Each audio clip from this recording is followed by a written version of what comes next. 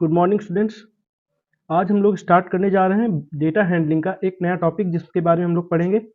और टॉपिक का नाम है बार ग्राफ या बार चार्ट। ठीक है, तो हम लोग आज पढ़ने जा रहे हैं बार ग्राफ या बार चार्ट के बारे में। अच्छा, इसके बारे में पढ़ना क्यों जरूरी है? इसलिए जरूरी है क्योंकि इसके पहले जो हमने टॉपिक पढ़ा था वो था पिक्टोग्राफ। पिक्टोग्राफ जो है वो बहुत ही ज़्यादा टाइम कंज्यूमिंग मेथड है किसी भी डेटा को एक ग्राफ में रिप्रेजेंट करने के लिए। ठीक है, तो जो पिक्टोग्राफ था उसमें क्या करना पड़ता था। सपोज हमें बुक एक सपोज शॉप है, वहां पे क्या है कि कई सारी ग्लासेस रखी हैं अलग अलग टाइप की। हमें अगर उनको शो करना है तो हमें क्या करना पड़ता था, पहले ग्लास ग्लास का एक सिंबल बनाना पड़ता था। सपोज वो ग्लास के टाइप का होगा, है ना। तो उसमें बहुत ज्यादा टाइम कंज्यूमिंग हो जाता था, टाइम बहुत ज्यादा लग जाता था। एक तो उसको सिंबल बनाना पड़ता था, दूसरी बात उसको एग्जैक्ट नंबर है अगर तो उतने पे ही हम लोग रिप्रेजेंट करते हैं। अगर वो हाफ या मतलब वन बाई या होल के नंबर पे आ जाता है तो उससे हमें बहुत दिक्कत हो जाती थी, क्योंकि आधा ग्लास बनाना तो बहुत ज़्यादा मुश्किल वाला काम है। तो उस सब चीज़ों से आगे आने के लिए, उस सब चीज़ों से छुटकारा पाने के लिए हमने एक नया मेथड बनाया जिसका नाम था बार ग्राफ मेथड। इसमें क्या होता था, हॉरिजेंटल और वर्टिकल लाइंस होती हैं जिनके थ्रू हम लोग एक किसी भी डेटा को अरेंज करते हैं, रिप्रेजेंट करते हैं।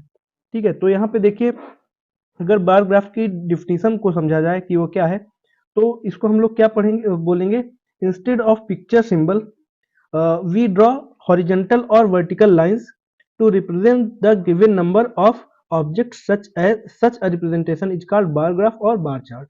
तो अगर चाहें तो हम लोग ये लिख भी सकते हैं, लिख सकते हैं कि we draw horizontal and vertical lines, bars, lines या बार्स, ठीक है, bars to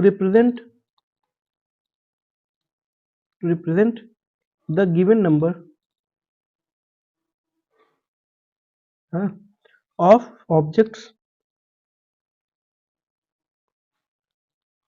such a representation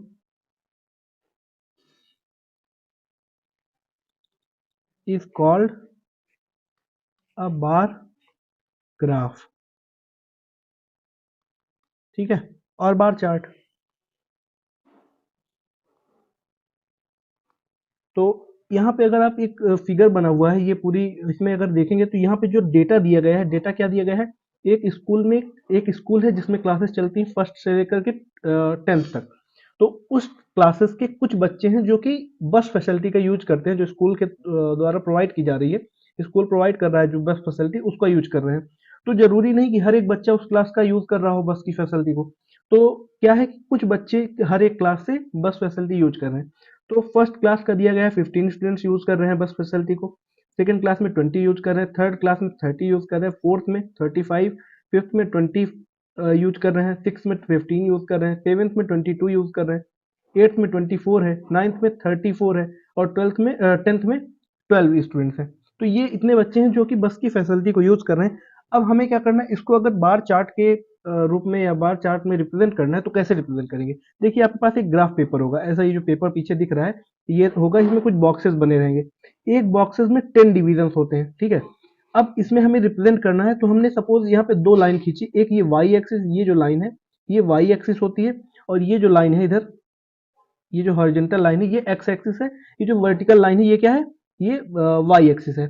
हमने वाई एक्सिस को मान लिया नंबर ऑफ स्टूडेंट्स यूजिंग बस फैसिलिटी। हमने इस पे नंबर ऑफ स्टूडेंट्स को रिप्रेजेंट किया जो कि बस फैसिलिटीज को यूज कर रहे हैं। और एक्स एक्सिस जो थी हमारी हॉरिजॉन्टल लाइन थी, उसमें हमने क्लासेस ऑफ स्कूल के हमने रिप्रेजेंट किया। तो अब फर्स्ट क्लास को हमने अगर इस बार पे देखा है तो फर्स्ट क्लास में कितने बच्चे यूज कर रहे हैं, 15। तो फर्स्ट क्लास के पूरे इस बार को हमने रिप्रेजेंट कर दिया 15 तक। तो ये क्या हो गया, ये जो बार रिप्रेजेंट हो रहा है ये बता रहा है कि फर्स्ट क्लास में, यहाँ पे फर्स्ट क्लास के 15 स्टूडेंट बस फैसिलिटी को यूज कर रहे हैं। इसी तरह इसको देख के हम बता सकते हैं कि सेकेंड क्लास का 20 स्टूडेंट्स क्या कर रहे हैं, बस फैसिलिटी को यूज कर रहे हैं स्कूल के द्वारा जो प्रोवाइड की जा रही है। ठीक है, इसी तरह थर्ड क्लास का भी हम लोग बता सकते हैं कि 30 स्टूडेंट्स यूज कर रहे हैं, है ना। तो हमने इसको रिप्रेजेंट कर दिया इस फॉर्मेट में। ये फॉर्मेट क्या कहलाता है, यही फॉर्मेट हमारा बार ग्राफ फॉर्मेट या बार चार्ट फॉर्मेट कहलाता है। ठीक है, तो हर एक क्लास को हमने ऐसे रिप्रेजेंट कर दिया। तो बार ग्राफ आप लोग समझ गए होंगे। अगर बार ग्राफ के बारे में समझना चाहें और, तो a bar graph is a pictorial representation of numerical data by a number of horizontal और vertical bars of uniform width and with equal spacing between them. इसका मतलब क्या है, जो बार ग्राफ है उसको हमने वो क्या चीज है, वो एक पिक्टोरियल रिप्रेजेंटेशन है किसी बार का या किसी नंबर का, एक पिक्टोरियल रिप्रेजेंटेशन है जिसको हम हॉरिजेंटल और वर्टिकल बार्स के थ्रू रिप्रेजेंट करते हैं। और ये जो बार होती हैं, इन बारों जैसे इसमें देखिए, इन बार्स जो ये जो बार्स हैं इनमें इक्वल स्पेस होगा और एक एक इक्वल क्या कहते हैं जो विड्थ होती है वो होगी, ठीक है। तो इसको हम लोग क्या करते हैं, इस तरह रखते हैं। तो किसी नंबर को अगर हमने बार ग्राफ में रिप्रेजेंट किया है तो वो एक तरह का पिक्टोरियल रिप्रेजेंटेशन ही होता है ना। तो लेकिन उसमें उसमें अंतर क्या रहता है, उसमें अंतर ये रहता है कि बार ग्राफ में बार के फॉर्म में हम लोग रिप्रेजेंट करते हैं, पिक्टोरियल जो ग्राफ होता है उसमें हम लोग पिक्चर्स के फॉर्मेट में इसको रिप्रेजेंट करते हैं, ठीक है। अब कुछ स्टेप्स हैं जो कि हम लोग बार ग्राफ को बनाते समय यूज करेंगे। तो वो स्टेप्स क्या हैं उसके बारे में हम लोग एक एक करके पढ़ेंगे और इस क्वेश्चन को सॉल्व करेंगे। तो इस कंस्ट्रक्शन के स्टेप्स को करने में हमें क्या रहेगा, एक एग्जांपल लेते हैं, उसके साथ करेंगे तो ज़्यादा अच्छा समझ में आएगा। तो एग्जांपल है the expenditure on health by the government of India during the various 5 year plan is given below। ये दिया हुआ है, ये प्लान दिया है 5 years का, उसमें कुछ एक्सपेंडिचर दिया है जो कि मतलब गवर्नमेंट ऑफ इंडिया ने किया है। अब इसमें इसने 10 लाख रुपए के फॉर्म में रखा है, जैसे 7 लिखा हुआ है तो 70 लाख, है ना। तो इस तरह किया गया है। तो देखते हैं इसको करके, इसको कैसे कंस्ट्रक्ट करेंगे बार ग्राफ को। तो आगे मैंने एक बार चार्ट लिया हुआ है, इस पे बना करके देखते हैं। तो हमें क्या करना है, सबसे पहले एक ग्राफ पेपर लेना है, उसमें दो लाइंस खींचनी है जो कि परपेंडिकुलर हो एक दूसरे को, एक को एक्स एक्सिस और एक को वाई एक्सिस में करना है। एक्स एक्सिस वाई एक्सिस अगर आपको समझ में नहीं आ रहा है तो एक वर्टिकल लाइन होगी, एक जो सीधा खड़ी होगी, एक जो सीधे लेटी होगी, ठीक है। उसको 90 डिग्री के एंगल पे हमें रखना है। तो चलिए दो लाइंस बनाते हैं।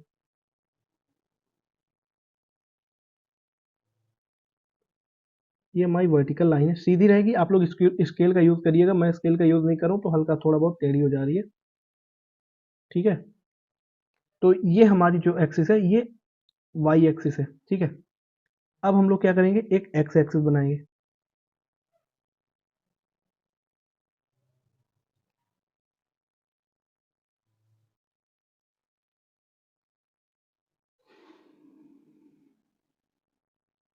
ये क्या है, ये एक्स एक्सिस है, यहाँ पे 0 मान लेते हैं, ठीक है। अब जो हमारा वाई एक्सिस है, सपोज यहाँ पे देखिए आपको दिया हुआ था, प्लान दिए हुए थे और एक्सपेंडिचर दिया हुआ था, ठीक है। तो हमें एक एक करके उसको क्या करना है, दोनों एक्सिस पे रखना है। तो किस एक्सिस पे किस इंफॉर्मेशन को लेना है, तो देखिए एक्सपेंडिचर हर बार बढ़ रहा है घट रहा है, तो उसको हम लोग क्या करें, वाई एक्सिस पे ले लेते हैं, ठीक है। तो वाई एक्सिस पे हमने क्या ले लिया, एक्सपेंडिचर ले लिया, ठीक है। तो यहाँ पे वाई एक्सिस पे हम लोग क्या करते हैं, एक्सपेंडिचर ले लेते हैं,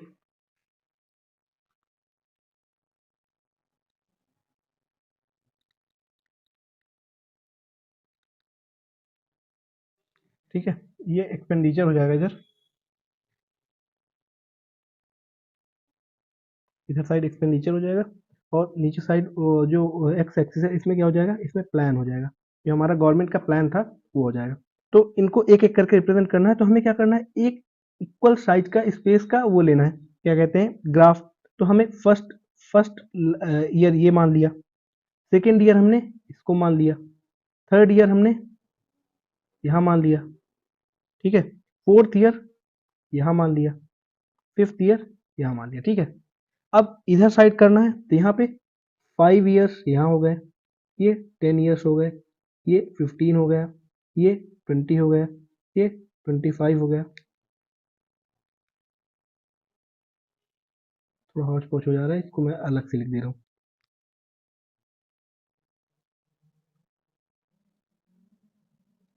एक्सपेंडिचर इधर साइड को, ठीक है। 25 हो गया इधर, 30 हो गया, ये 35 हो गया, ये 40 हो गया, ठीक है। इतना हो गया।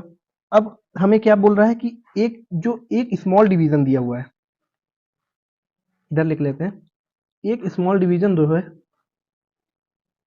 या फर्स्ट स्मॉल नहीं, वन स्मॉल डिवीजन जो है वो किसके इक्वल हमने माना है, 1 यूनिट के इक्वल। किसके इक्वल, 1 यूनिट के इक्वल।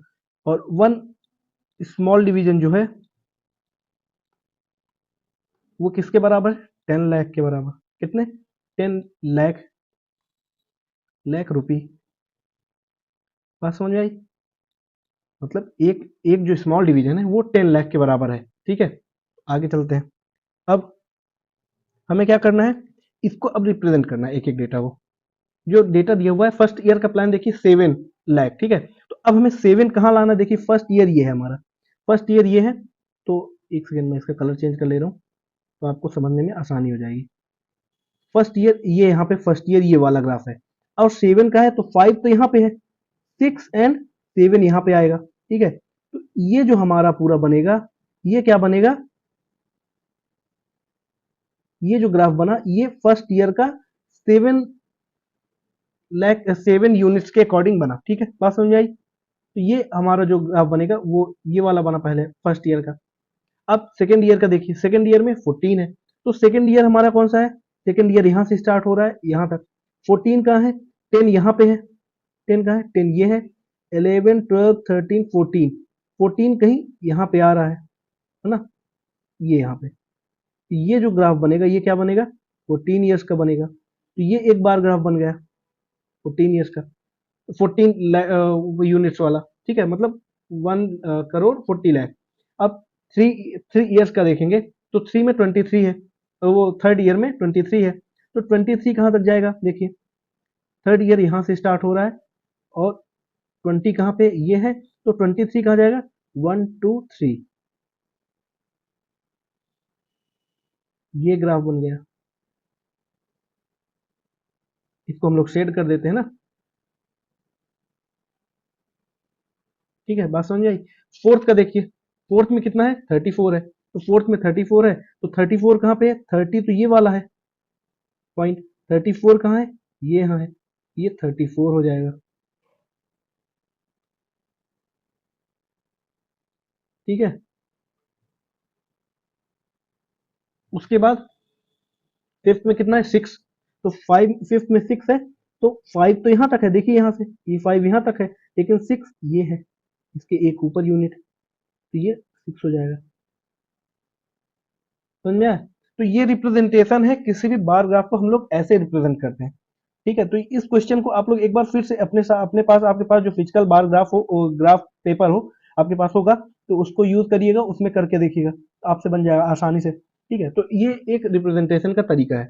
अब बात करेंगे कि कौन से पॉइंट से क्या हमें ध्यान में रखना है जब भी हम बार ग्राफ रिप्रेजेंट कर रहे होंगे। तो पहला है कि the title should be written, जो टाइटल होगा वो जरूर लिखा होना चाहिए।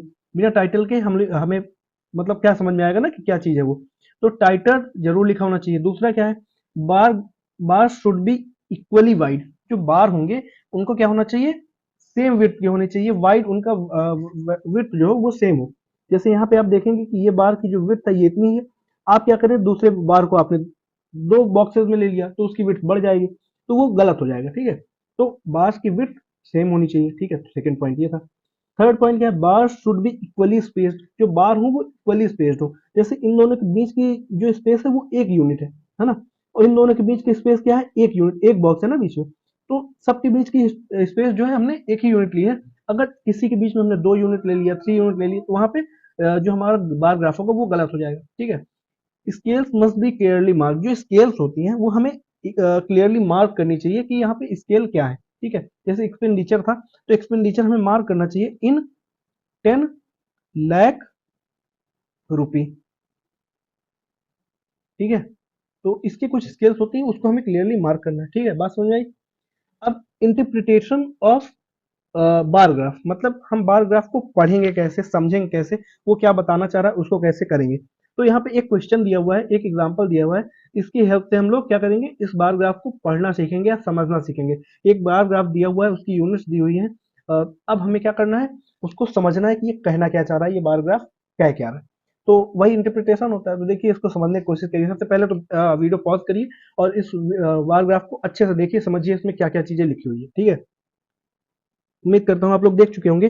तो चलिए हम लोग पढ़ते हैं, स्टार्ट करते हैं। देखिए यहाँ पे एक यूनिट जो दी गई है, एक यूनिट कितना है? वो इस बॉक्स के बराबर है ना। और एक यूनिट का जो किसके बराबर दी गई है? 20 करोड़ के बराबर। एक यूनिट जो बॉक्स है वो 20 करोड़ के बराबर दिया हुआ है, 20 करोड़ रुपए के बराबर। तो 20 करोड़ के बराबर दिया हुआ है, तो पॉपुलेशन ऑफ इंडिया जो है वो हमने मार्क किया वाई एक्सिस पे, ईयर्स को हमने मार्क किया एक्स एक्सिस पे। ठीक है, ये दोनों अलग अलग चीजों को हमने अलग अलग लाइंस पे मार्क किया। एक वर्टिकल लाइन है, एक हॉरिजॉन्टल लाइन है। वर्टिकल लाइन जो सीधे खड़ी होती है ऊपर की ओर वो वर्टिकल होती है, जो लेटी होती है लाइन वो हॉरिजॉन्टल लाइन होती है। तो ठीक है, तो यहाँ पे क्या किया हमने, एक्स एक्सिस को हॉरिजॉन्टल लाइन में मार्क किया, वाई एक्सिस को हमने वर्टिकल लाइन पे मार्क किया। वाई एक्सिस पे हमने पॉपुलेशन ऑफ इंडिया रखा है और एक्स एक्सिस पे ईयर्स को रखा है। अब क्वेश्चन पूछ रहा है in which year the population is maximum. तो अगर आप देखेंगे, sorry, the population is minimum, minimum मतलब सबसे कम किस ईयर पे है, तो फर्स्ट क्वेश्चन की बात कर रहा है। तो देखिए सबसे कम सबसे छोटा बार किसका है, सबसे छोटा बार अगर देखेंगे तो ये फर्स्ट वाला बार जो है हमारा 1971 का, उसमें कितना है 40 यूनिट्स दिया हुआ है। ठीक है, तो इसकी पॉपुलेशन कितनी है 40 यूनिट्स। एक यूनिट की लेंथ कितनी दी हुई है, एक यूनिट के बराबर जो लेंथ है उसके किसके बराबर है, 20 करोड़ के बराबर। ठीक है, और यहाँ पे 2 यूनिट इसने ले रखा है। तो सबसे छोटा आपको सबसे मिनिमम जो बता रहा है वो कौन सा है, वो यही वाला है 1971 वाला। तो फर्स्ट क्वेश्चन का आंसर क्या आ जाएगा, 1971। सबसे कम इसी में दिख रही है ना। फिर सेकंड क्वेश्चन जो है वो क्या क्या कह रहा है, in which year the population is maximum, जो पॉपुलेशन सबसे ज्यादा किस ईयर है।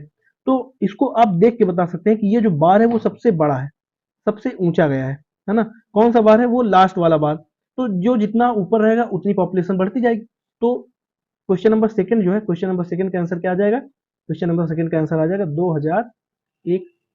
जो हमारा 2001 ईयर है उसमें सबसे ज्यादा पॉपुलेशन है। ठीक, थर्ड क्वेश्चन क्या बोल रहा है, थर्ड क्वेश्चन देखिए, find the total population from 1971 to 19 क्या क्या लिखा 2001। ठीक है, तो देखिए टोटल पॉपुलेशन की बात कर रहा है, तो हमें टोटल पॉपुलेशन निकालनी है। तो टोटल पॉपुलेशन कहाँ दी हुई है, देखिए पहले वाले में लिखा हुआ है, पहली वाली की पॉपुलेशन कितनी है 40 करोड़, 40 को ऐड कर दिए 40 प्लस दूसरे की पॉपुलेशन कितनी है, दूसरे की पॉपुलेशन दी हुई है यहाँ पे, यहाँ पे आप अगर देखेंगे तो 70 लिखी हुई है, 60 10 70। ठीक है, तो ये क्योंकि 80 पूरा 20 बढ़ रहा है तो यहाँ पे बीच में 10 होगा, तो 7 प्लस 60 वो सॉरी 60 प्लस 10 70 हो जाएगा। फिर थर्ड जो बार है, थर्ड बार कितना बता रहा है, थर्ड बार बता रहा है 98। कितना बता रहा है 98। यहाँ से देखिए कैलकुलेट करिए 98, एक यूनिट दो को दर्शाती है, तो यहाँ पे 98 की है। ठीक है, तो उसके बाद फोर्थ बार कितना बता रहा है 110 का। ठीक है, अब इसको अगर ऐड करेंगे तो ऐड करने पे आ रहा है 318 करोड़। ठीक है, कितना आ रहा है 318 करोड़, जो कि हमारा आंसर है 318 करोड़ टोटल पॉपुलेशन है इस बार चार्ट के हिसाब से। ठीक है, बात समझ में आई। फोर्थ क्वेश्चन हमारा कह रहा है which information is given by bar graph, bar graph कौन सी इंफॉर्मेशन को दे रहा है। तो ये तो बहुत ही आसान क्वेश्चन है, इसको बता सकते हैं कि bar graph shows the population of India in different years, है ना। तो इसको लिख सकते हैं the bar graph shows the population of India in different years. ठीक है, तो बहुत ही आसान क्वेश्चन था ये। आज यहाँ पे ये चैप्टर खत्म हो जाएगा। तो अब आप लोग क्या करिए, इससे रिलेटेड जो भी क्वेश्चन दिए गए हैं, आसान क्वेश्चन रहते हैं, बहुत ज्यादा हाई फाई नहीं रहते हैं, तो आप लोग बहुत आसानी से कर लेंगे, उसको करिए जो भी आपकी बुक में दिए गए हैं। अगर कोई क्वेश्चन नहीं आता तो उस क्वेश्चन नंबर को आप कमेंट में आप पिन कर सकते हैं, आप दे सकते हैं, मैं उसको करके आपको टेलीग्राम पे दे दूंगा। ठीक है, तो आप लोग उसको करिए और फिर मिलते हैं हम लोग अपने नेक्स्ट चैप्टर पे, जिसपे हम लोग बात करेंगे अलजेब्रा के बारे में। ठीक है, तो तब तक के लिए आप लोग पढ़िए और रिलेटेड क्वेश्चन करिए। Thank you.